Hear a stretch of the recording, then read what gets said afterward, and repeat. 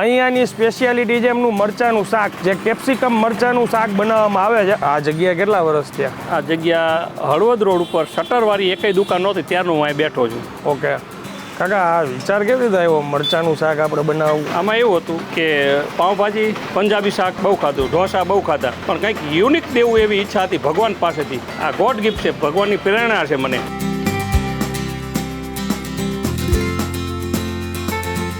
એ પહેલી વસ્તુ તો મને જે અલગ લાગી ને એ જે આ શાક સાથે પાઉં મરચાંનું શાક સાંભળીને ઘણાઈને એમ લાગતી હોય કંઈક દેશી ફિલિંગ આવશે. બાજરાનો રોટલો ને ભાખરી ને રોટલી ને છેલ્લે બાકી કે પરોઠા. હા તો પાઉં વારે સર્વિંગ થાય છે.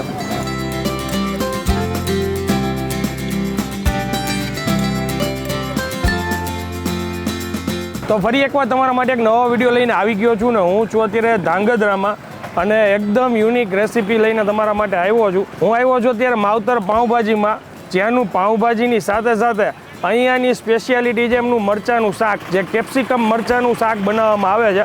મારી સાથે સાવનભાઈ જોડાણા છે અને કઈ જગ્યાએ આવ્યા છે આપણને ભાઈ જણાવશે. આપણે આ હળવદ રોડ ગણાય, હળવદ રોડ ઉપર માવતર પાઉંભાજી અને મરચાંનું શાક આવેલું છે. ઓકે, અને હવે બાકીની વાત આપણે અહીંના જે ઓનર છે ને એની પાસેથી જાણીશું. એડ્રેસ બી પરફેક્ટ એમની પાસે જ જાણીશું અને કેવી રીતે બને છે એ થોડીક આપણે મેકિંગ પણ દેખાડશું અને ટેસ્ટ કરીને પણ તમને જણાવીશ. ચાલો શરૂ કરીએ. કેમ છો કાકા? મજામાં. શું નામ તમારું? મારું નામ ભરતસિંહ પ્રતાપસિંહ કારડિયા રાજપૂત. ઓકે, અને આ જગ્યા કેટલા વર્ષ થયા? આ જગ્યા હળવદ રોડ ઉપર શટરવાળી એકય દુકાન નહોતી ત્યારનું હું અહીં બેઠો છું. ઓકે, અને આ લોકેશન શું કહેવાય? આ લોકેશન હળવદ રોડ પિકઅપ બસ સ્ટેન્ડની પાછળ પાણીની ટાંકી પાસે, ધાંગધ્રા. ઓકે, અને હળવદમાં બી પહેલાં આપણે હતી? હળવદમાં મારે ટોટલ 12 વર્ષ ચલાવ્યું. હા, પણ છેલ્લા 6 વર્ષ તો મરચાના શાકમાં ધૂમ મચાવી દીધી હતી મેં. ઓકે, તો હવે ત્યાં બંધ કરી દીધું? ત્યાં બંધ કરી દીધું. ઓનલી અહીંયા ધાંગધ્રામાં જ. ઓકે, અને ટાઈમિંગ શું હોય છે આપણો? ટાઈમિંગ સાંજે 6 થી રાતના 11 સુધી. એમ? ઓકે, હવે કઈ રીતે બને છે થોડીક મેકિંગ બતાવીએ આપણે. શાક. ઓકે. આ મરચાંનું શાક કેટલા જણાનું બને? મરચાંનું શાક એક હારે 30 પ્લેટ બને છે. એક હારે 30 સાથે 30 પ્લેટ? કારણ કે આ વસ્તુ એવી છે કે એક હારે 30 પ્લેટ બનાવવાનું કારણ એ છે કે હમણાં ગરાગી ચાલુ થઈ જશે. ઓકે. પછી એક બનાવવામાં આપણી પાસે ટાઈમ ન રહે. ઓકે. પછી આ મરચાંનું શાક બનાવી એટલે 10 મિનિટ પડ્યું રહે પછી જ આની મજા આવશે. ઓકે. એને ભાપ અને વરાળથી જ આને તૈયાર કરવામાં આવે છે. તેલ તો ખરું જ, પણ એને વરાળથી અંદર મસાલા ચડી જાય ને એ રીતે તૈયાર કરવું. આ નાખ્યું છે પ્યોર તેલ. ઓકે. આ શું છે? આદુ લસણ મિક્સ? આ છે આદુ, જિંજર અને લસણ એની પેસ્ટ. આ છે કસૂરી મેથી, ટેસ્ટ અને સ્વાદ માટે. ઓકે. આવી ગયા મરચા. આવી ગયા કટિંગ મરચા. કેપ્સિકમ છે ને? કેપ્સિકમ શિમલા મરચા. આ શિમલા મરચા છે, આનું કટિંગ છે આ રહ્યું. ઓકે. કાકા, આ વિચાર કેવી રીતે આવ્યો મરચાંનું શાક આપણે બનાવવું? આમાં એવું હતું કે પાઉંભાજી બહુ ખાધી, પંજાબી શાક બહુ ખાધું, ઢોસા બહુ ખાધા, પણ કંઈક યુનિક દેવું એવી ઈચ્છા હતી ભગવાન પાસેથી. આ ગોડ ગિફ્ટ છે, ભગવાનની પ્રેરણા છે મને કે આ વસ્તુ તમે બનાવો તો તમને કંઈક અલગ દેવાની ઈચ્છા હતી મારી, અને ભગવાને મને આપ્યું એ પ્રમાણે. તો આ મરચાંનું શાક કેટલા વર્ષથી બનાવ્યું? મરચાંનું શાક હું 10 વર્ષથી બનાવું છું. ઓકે.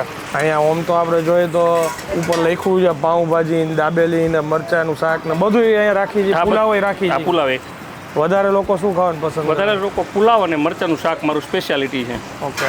આ થઈ ગયા મસાલા ચાલુ. લાલ મરચું પાવડર, ગરમ મસાલો, આ મીઠું. ઓકે. આ મારું સિંધાલું મીઠું, અને આ મારી મોનોપોલી મસાલો, જેને ગ્રેવી મારી પોતાની બનાવેલી છે. ઓકે.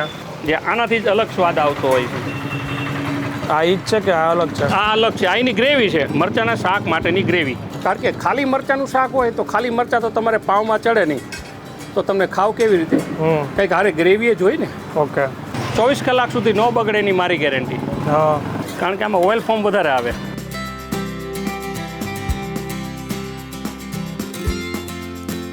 રેડી થઈ ગઈ? આ છે એનું ઘરેણું કહેવાય. ઘરેણું. હા, શાક તૈયાર થઈ ગયું? શાક તૈયાર. ઓકે. જો આ છે મરચાંનું શાક.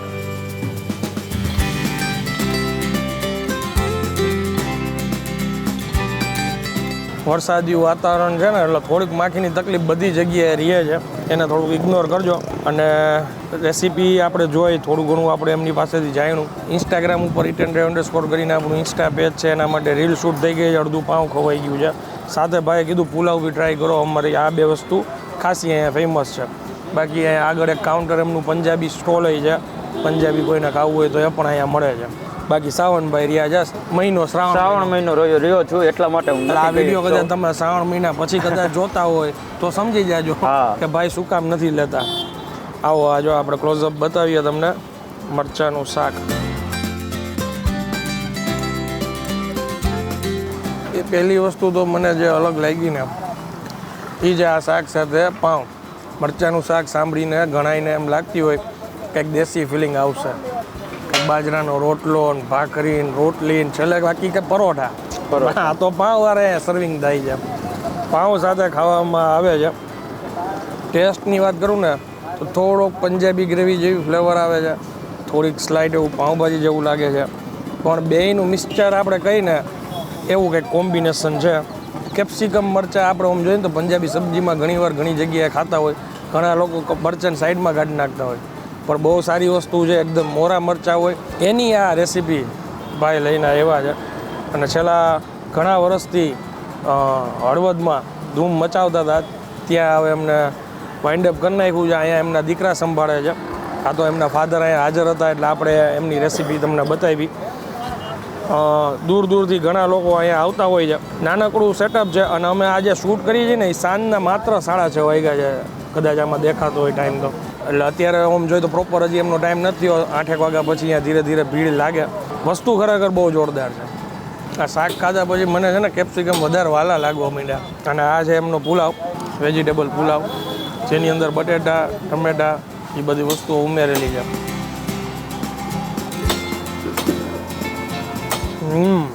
2 વાનગીના 70 રૂપિયા કિંમત છે. અને કદાચ આમાં તમારે એક્સ્ટ્રા પાઉં એકાદું જોઈએ. પુલાવમાં તો 70 રૂપિયા મને એમ લાગે છે તમારું ફૂલ પેટ થઈ જાય એવી છે.